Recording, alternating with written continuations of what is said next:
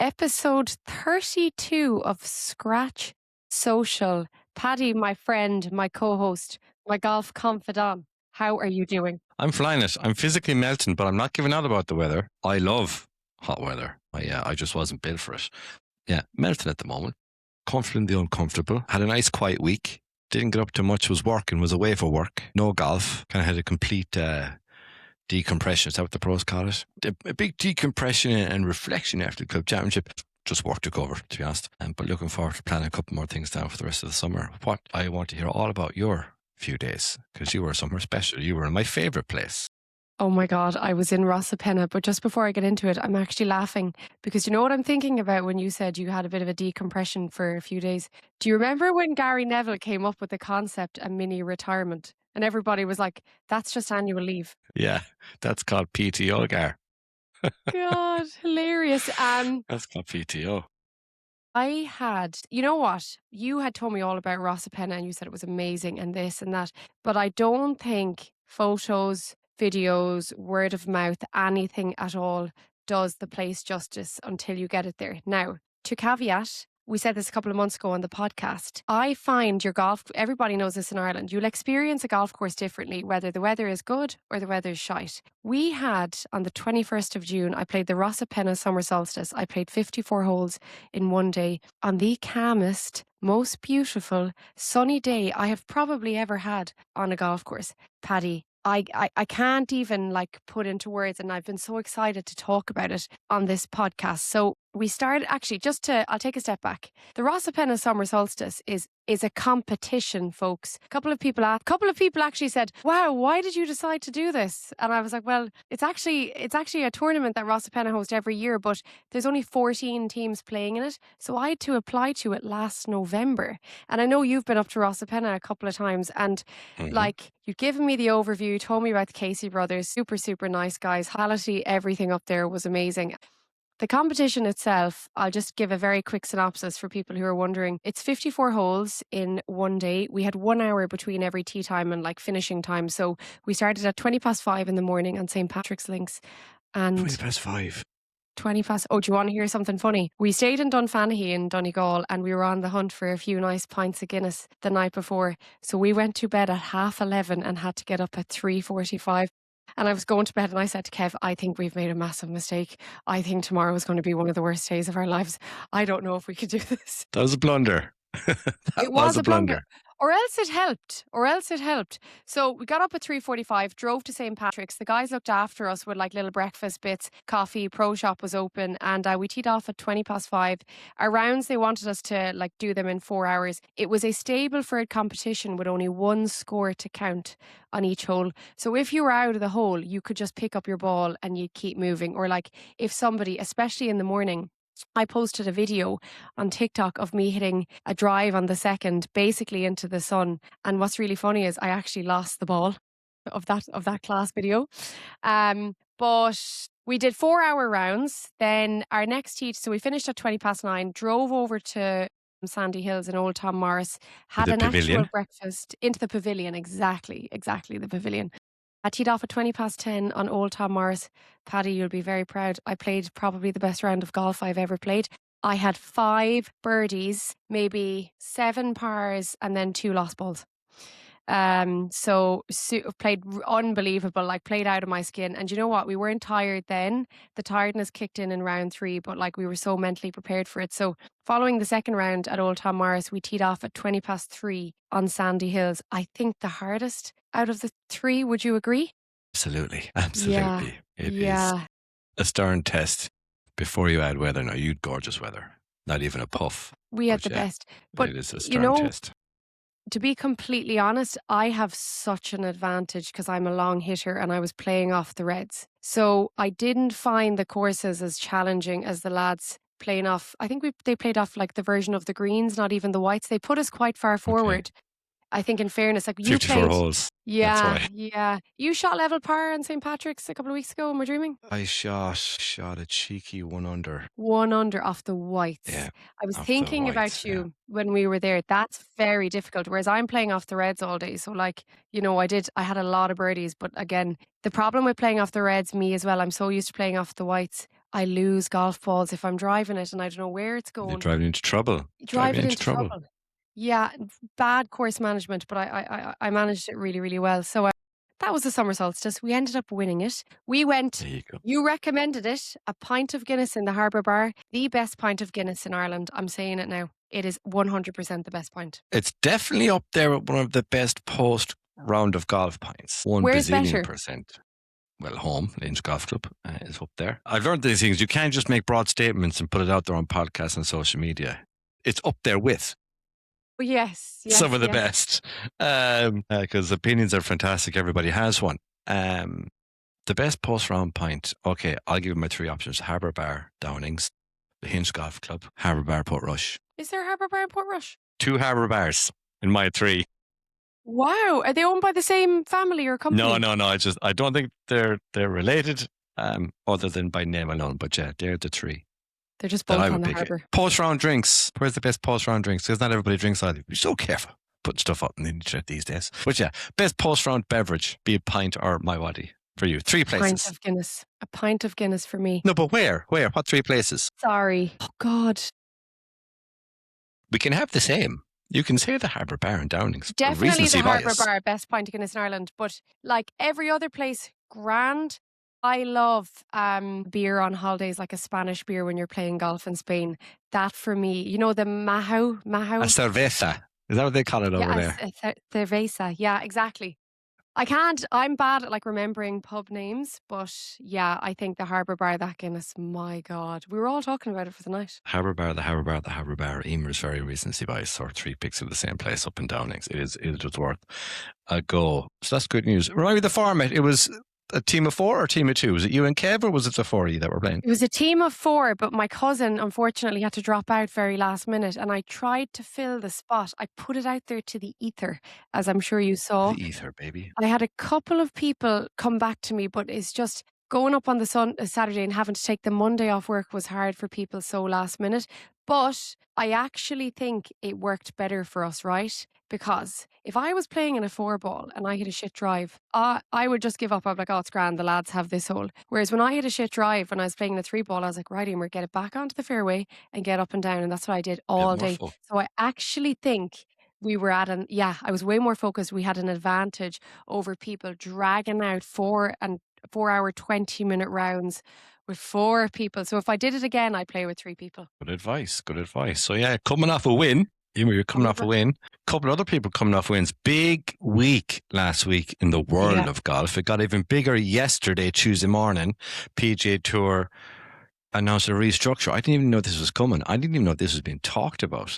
So I have it summarized into a couple of paragraphs here. So massive news this week, Travelers Championship week. It won't be for next year. It'll be for the season in 2028. So instead of 1 PGA Tour, it'd be 1 tour but 2 series. So there'd be a championship series is like the top tour. 23, 24 events, February through August, purses at least 20 million. So that's what they call like the signature event now. But the fields are double almost. So fields are 120 players. There is a cut, and it's where your majors will be the players, and the bit that's interesting for me is the postseason. So we'll get into that in a second. There'll be a different postseason. So every championship series member is guaranteed into every event. So there's no more stress about bubbles or getting in. So below that, it's almost like a 2-tier tour now. It's the Challenger Series. So it's still the PGA Tour. It's not the Corn Ferry Tour. So there'll be 20 events there, $4 million purses. So almost like the B events that have been going on. Or I can't remember how much the Canadian Open was, but they're 144 player fields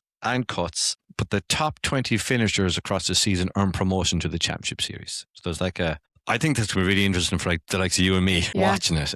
Who's up for promotion and who's getting relegated from the top. So if you win multiple events, kind of like Challenge Tour, I suppose, you're up immediately. And the bottom 40 of the Championship Series, so of those 120, are at risk of going to the Challengers. The postseason. What is so like the Tour Championship? That's kind of changed its form a couple of times, whether that's kind of 5, definitely over the last 10 years. What is your view of the current like Tour Championship event, the way it's set up, the FedEx Cup? I don't really rate it, to be honest. Right? I'm the same. Some fella gets like, is it a 10-shot head start? Yeah, so like you're giving Scotty Scheffler another 10 million into his bank. You're giving him a head start. Is it necessary? No. Like I don't think it is. I think it's the sponsor just trying to pump as much money into it and get as much coverage as possible. Is it still sponsored by FedEx? Is it the FedEx? It is the FedEx Cup. Yeah, I think it's going to get Yeah. really interesting. So it won't be this year or next year. It'll be the year after. So plenty of time, Mm. I suppose, for them to test things and maybe tweak things. Tour Championship is getting a complete rebrand. It's going match play, and the venue's been Yes. rotated. The venue's been Now we're rotated rather talking. than now. That's better. That's way better. Give the people what they want. Exactly. So it won't stay permanently at Eastlake. The venue will rotate, and it carries promotion and relegation implications as well. I think the season finale actually means something now. Do you know what I mean? If you want to, if you want to be in that season. So after the championship series wraps, there's also a limited series of evaluated or elevated international events featuring top players in partnership with the DP World Tour. So that makes sense in terms of the top finishers in the DP World Tour maybe get a look-see at the PGA Tour early doors because it's like a wraparound tour now. So yeah, the likes of you and me, for the viewers, every leaderboard in both series will have genuine stakes week to week. So I'm looking forward to that. Someone will always be fighting to stay up or get promoted or book their place in match play at the end of the season. So yeah, the bit of drama at the tour I think has been missing at that end of season. I totally agree with you. That's exactly what we're missing. You know what? You know who I think this is actually going to benefit? And thankfully, it's not starting this year. I think it's going to benefit the Americans and get them more into match play. Because those American Ryder Cup players, is it the lack of match play, the lack of want? I think once they start battling it out in this new Tour Championship, they might have a bit more hunger when it comes to the Ryder Cup. They might be playing the same person they played against Europe and lost in a Tour Championship match. They might want to win again. There'll be loads of cool side stories, heroes and villains, David and Goliath. Definitely. So could be good. I think it will be good. And I think, like you called it, when it's not a Ryder Cup year, like the following year when it is a Ryder Cup year, so 2029, it will be a Ryder Cup year, where they're going to pull all the stats from match play matches between Americans and Europeans, most likely from that postseason, because I don't think currently there is a match play on the European Tour, DP World Tour, but I don't think there is an equivalent on the PGA Tour. They love a bit of stroke play over there. Yeah. Now, we went 15 minutes. US Open, Wyndham Clark. Okay. Initial thoughts when Wyndham Clark started leading so early on. Did you think he was going to keep it going, or did you think he might bottle it? I thought he was going to bottle it, to be honest. I thought he was going to be a bottler. Hard to believe he went wire to wire. He kind of did what Rory did in the Masters. He did all his work in the first couple of days. Yeah. And kind of, well, Rory said that, I think, in his press conference after the Masters. Like, he won the Masters in the first 2 days and kind of just held on to it over the weekend. But like, I've not been to US Open but by all accounts, definitely the course setup seems to be like the most difficult historically, and Shinnecock being the most difficult of the most difficult US Open courses. I was one of the people pulling against him, if that's how you phrase that, just because I thought I would have more personal favourites who I think are sound people and don't obliterate, historical locker rooms. And so like Tom Kim I was pulling for, and Sam Burns, because he got done last year in Oakmont. So I was hoping he could do it. Best putter on tour, just a couple of putts didn't fall in. But yeah, I don't like him. I think off the course and even some behaviour on the course is questionable. Yeah, I think there's a couple of fans in New York who don't like him either. And that brings us on to an interesting piece of content that came out from Eamonn Lynch when he was on his golf show. Was it? Is he on the Golf Channel or one of those? It's on Golf Channel. It's on Golf Channel to my knowledge. Actually met Eamonn at the Open in Portrush last year. Lovely guy. Great surname as well. Fantastic surname in Lynch. So I have all the time in the world for him. But yeah, I kind of saw it yesterday, clips coming out of that the Long Island folk might necessarily deserve to have a major championship, I suppose, given the Ryder Cup was there most recently last September, and that behaviour was kind of the New York fan in its extreme and incessant, kind of all day long, 7-8 hours of it. And then you could hear the heckling on the TV, get in the bunker, etc. So bad. From isolated people within the patrons or the spectators. But I did also hear that, like, where they could be found, they were ejected. Good. I was going to ask you, I was going to Yeah, ask you about I this. saw a couple of examples. Why? I'm going to be honest. This carry on in a lot of PGA Tour events, not even just in New York. A couple of weeks ago when Matt Fitz was going down the stretch, this booing it's so annoying, and it's so annoying to watch these fans scream bloody mashed potatoes and light the candles. And guarantee you, anytime one of us is sitting at home and you hear that nonsense, you look at whoever you're watching it with and you're like, is this actually going on again? So absolutely eject them, get rid of them. But I think the USGA and the PGA Tour need to put out a statement or really try clamp down on this, because it's gone, I think, since Beth Page, they're going backwards over there. I do. I think it's so disappointing, and the heckling is getting worse. And I think people need to have common sense as well, and try and stop the people beside them from doing this. Yeah, like I think geographically, I think it will happen more often in New York and in Long Island, etc.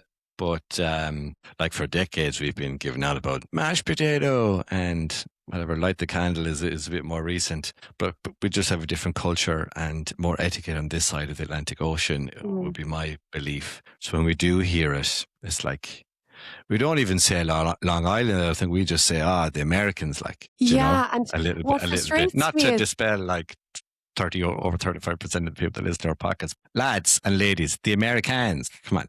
Honestly, Come on. like, I love everything about America. I freaking love it. I got married there, love going over, love the people, love meeting the tourists here in Ireland.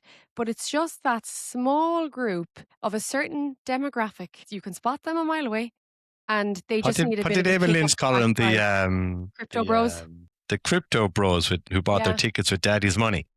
Yeah. I thought it was very apt. Now, it wasn't just for Wyndham.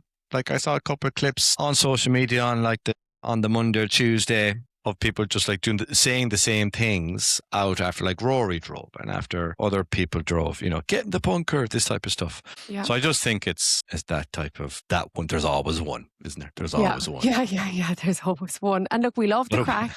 We love a bit of competition, but God, just give it a rest, Yeah, I do think they'll take a second thought before putting a major in Long Island again, just because of the bad rap it currently has, When you think about it, like, it was in one of the founding members of the USGA, so tough to hear that one.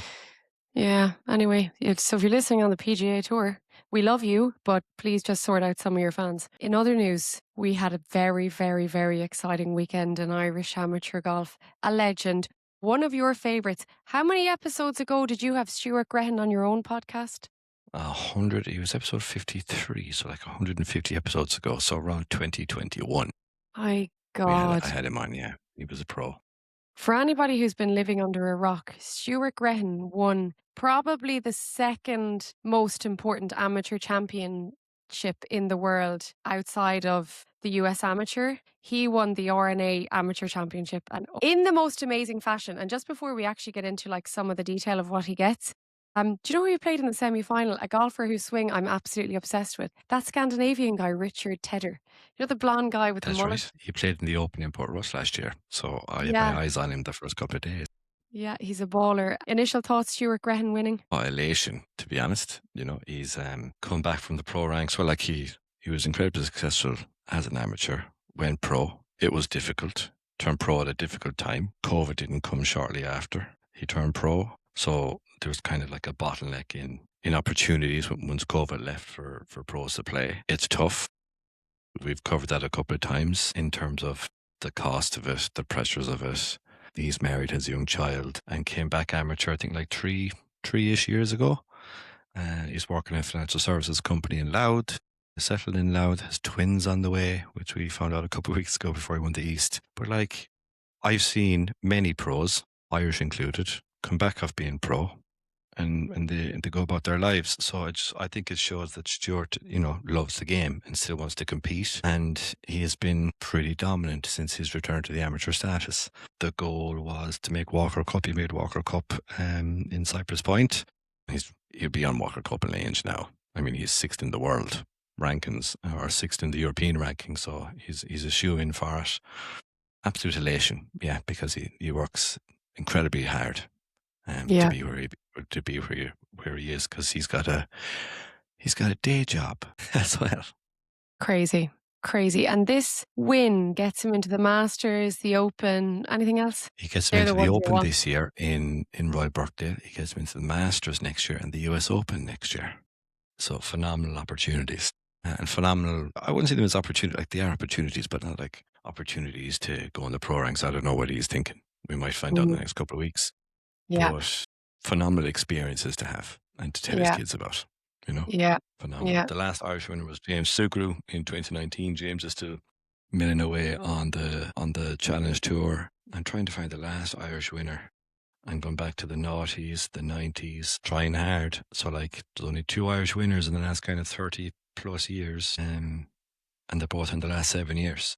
Wow. So, yeah, not bad. I No. did get a couple of people saying he's from Tullamore. He's not from Louth. He is from Tullamore. He's very proud of being from Tullamore, but he lives in Louth now. Yeah, well, fair play to him. And there was one video I noticed circulating TikTok, and it was a guy sort of talking about Stuart's amateur status and how he went from being a pro back to being an am, and now he's totally dominant. And do you know what was amazing? Everybody in the comments was like, who cares? It's not like he went off and won 10 majors and he came back as an amateur just to beat everyone. He did his best. He went on the Challenge Tour. He didn't want to be an amateur forever, clearly, because he tried so hard. So I think it takes more balls and even being that good at golf to try and be the best amateur that you can be if you're not going to make it on the pro ranks. Absolutely. Absolutely. Now, before we go any further, it is another major week this week. It sure It is. the KPMG Women's PGA Championship in Hazeltine this week. Setting records, the highest purse in women's golf history at $13 million is the purse. Your thoughts? What does the winner get? Oh my Trying God. to find it rapidly. Well, my Trying to thoughts find it are I am rapidly. Number one so gets excited because Lauren Walsh and Leona Maguire, who are playing over in Ireland at the KPMG Women's Irish Open, are competing this week. And I also saw that Stephanie Meadow is going to be playing as well, thanks to an invite, or else she's qualified in. I'm not sure. But look, we've 3 Irish players in the mix. Hopefully they have a good first 2 rounds, make the cut, get into the mix then later on. It's going to be I very can't find difficult. it fast enough, but Hazeltine, Ryder Cup venue, it's going to be phenomenally difficult. But a couple of stories I've knocked up just searching for what the winner gets is Nelly's knocking on the door of the Hall of Fame. Lydia Ko targets a career Grand Slam she wins this week. There's expanded broadcast coverage and daily featured groups, and that is across Golf Channel, NBC. There'll be live group streams Thursday through Sunday on YouTube.com and on the app. And of course, yeah, Hazeltine has had multiple US Women's Open, PGA Championships, a couple of Ryder Cups. But it's had the Ryder Cup in 2016, and it will host the Ryder Cup again in 2029. Eyes on Minji Lee to win again. So yeah, there's a couple quick snippets for people to follow this week. Nice. But yeah, I still haven't found what the payout is, but we might bring that to you next week when we tell you who won it. When we tell you what Lauren Walsh got when she won. Exactly. Any other news? Clothing, equipment? Randomly, I pulled out a Jay Lindbergh jacket that I bought maybe like 4 years ago, and I posted it online, Paddy, and I've never had so many compliments on a random raincoat I have. So I'm after sending it in to get altered. But I'm trying to focus on my golf wardrobe a bit, because when I saw yours and all your FootJoys and all your fab stuff, I'm like, right, I need to up my game here. I need to have clothes ready for golf at any time. And what I do is scramble these days. So when I got my feedback on my Jay Lindbergh drip, I'm going to invest in more. Yeah, I cleansed my golf wardrobe out, the day wardrobe out yesterday. Yeah, it just means I have to gradually fill it again. But I organise it in by brand and by like my favourites top to bottom in the wardrobes. So yeah, generally the bottom half doesn't get pulled out too often. Is that the fancy stuff? To find this purse money, the fancy stuff. While you're searching Maybe walked away with $2.5 million in revs, though God knows. Yeah, it'll be enough. So I can stop looking now. It'll be enough for the win in Hazeltine.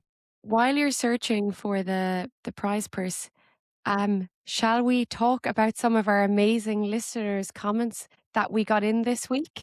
Oh yeah, absolutely. Yeah, absolutely. Fire away. Who do we have and what did they say? Okay, so last week we put out a question, and we asked everyone to tell us what their favourite golf movie was and why. We've had lots of comments, but I'm just going to read out a couple, and I'm going to tell you which ones I agree with. So I don't know this one, but Tomas Walsh has sent us one that says, the greatest game ever played. Just a nice feel-good movie. I haven't seen that, but I might try watch that on my flight to London this weekend. Kevin Afias Golf sent, loved the Bobby Jones movie as a kid. I haven't seen that either. Have you seen that? I haven't seen the Bobby Jones movie, I don't think. Is that the one with Matt Damon in it? No, it's not. I haven't seen that one. I have seen The Greatest Game Ever Played. That's a lovely movie. It's a Nice. Disney movie. What It's is a it? Disney movie, yeah. It's Oh. about Francis Quimé and his journey through golf. With Shia LaBeouf would be is the actor for that plays Francis Quimé. Ouimet. Yeah, I have to ask Christopher. He pronounces the French in my family.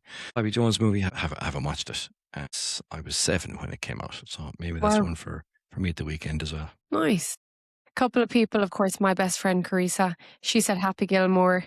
Another recommendation was Tin Cup. Another one, this was really funny. Leyland Turnvert, among a couple of others, have said, my 3-year-old's favourite movie is Happy Gilmore, and apparently I'm a jackass. Thanks, folks. I know. Great stuff. We did also ask for people's up and downs. And people's up and downs this week, we have Rob Garvey. His up was playing Westport for a stag just this past weekend. And the down was my entire golf game. So Rob, I feel you. I don't think stag weekends and golf go hand in hand.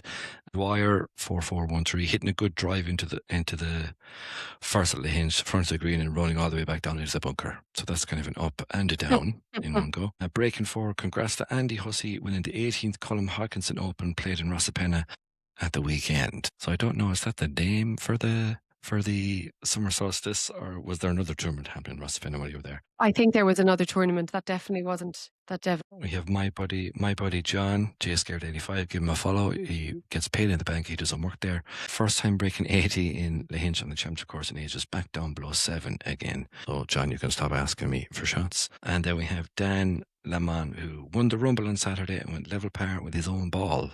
Dan won the Rumble. There is no I in team, but there is an ME.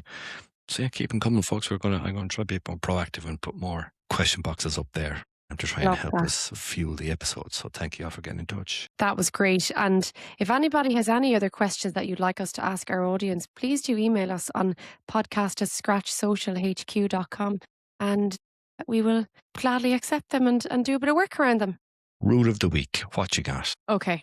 This is an interesting one, and it's all about improving your lie. Our friend of the pod, or maybe our star of the week or our mention of the week, has been Wyndham Clark for winning the US Open. But there is some controversy surrounding him improving a lie from a chip with like a 20-yard chip, I'm going to say, across the green. Was it that long? Yeah. It was, I'm not sure which hole it was. I'm sure it's the most shared clip from the US Open from the weekend. Yeah. I'm not sure what hole it's on, but like I sent it to you, it doesn't say what hole it's on.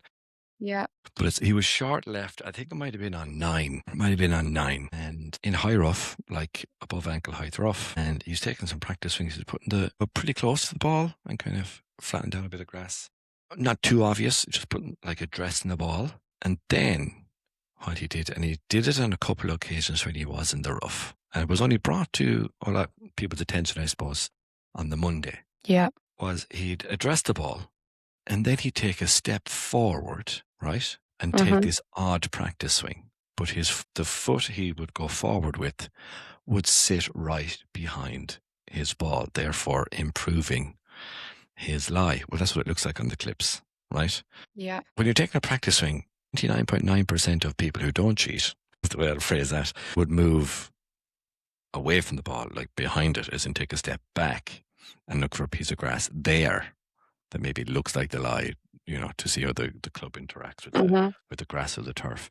But Wyndham tends to take a step forward over the ball with his club, but we'll say with the right foot planted behind where the ball is, flattening down his lie, or that seemed to be the takeaway by the masses. USGA rules of golf, you must play the ball as it lies. If it lands on Bigfoot's foot, you must play it off Bigfoot's foot for the Happy Gilmore. But you're not permitted to improve your lie, your intended stance, or your swing path by moving, bending, breaking, or pressing down anything growing or attached to the ground. So he was improving his lie, and therefore, in some cases, improving his swing path by moving, bending, or breaking, or pressing down. So yeah, also, whatever about that particular tip shot and potentially one more was how often our boy Wyndham patted down the grass on the green between his marker and the hole, especially on short putts, especially on short ones, like bang, bang, bang, bang, bang, right? Yeah. I don't know how many people on tour are still wearing the old metal spikes when there would be like big spike marks. I think everyone uses the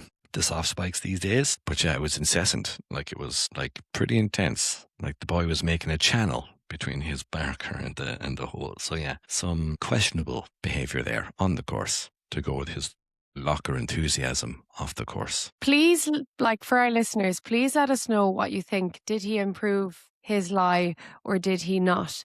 I am in two minds about this, and I'll tell you why.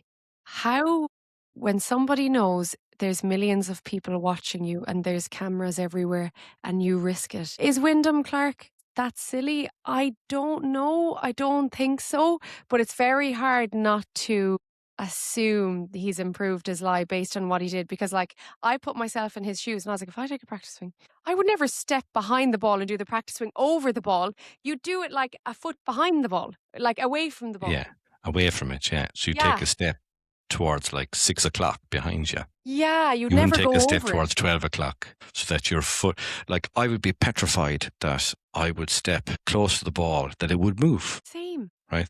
That's the way I look at it. But he's like, I'm going to improve. It was definitely maybe not improving his lie, but it was definitely improving his swing path. 1,000,000%. So like he wasn't stepping like immediately behind the ball for fear that it moved, but he was definitely stepping like on the swing path, maybe 6 inches behind the ball that way. You know what I mean? At 3 o'clock, we'll say, so that his club could get into the ball, because the connection he got on that chip shot was sick, to be fair. You know, you don't need to be doing it. Like that's like Patrick Reed has a big black cloud over his name whenever he's taken part in any tournament. You know, like it is commonplace. Like I have said it for a couple of years. Well, since he played, it was a playoff where he came on the last few holes in Dubai with Rory and he spotted the ball on the tree and it was like, that's my ball. It's like, you can't see, it's 30 feet away. Oh, that's my ball.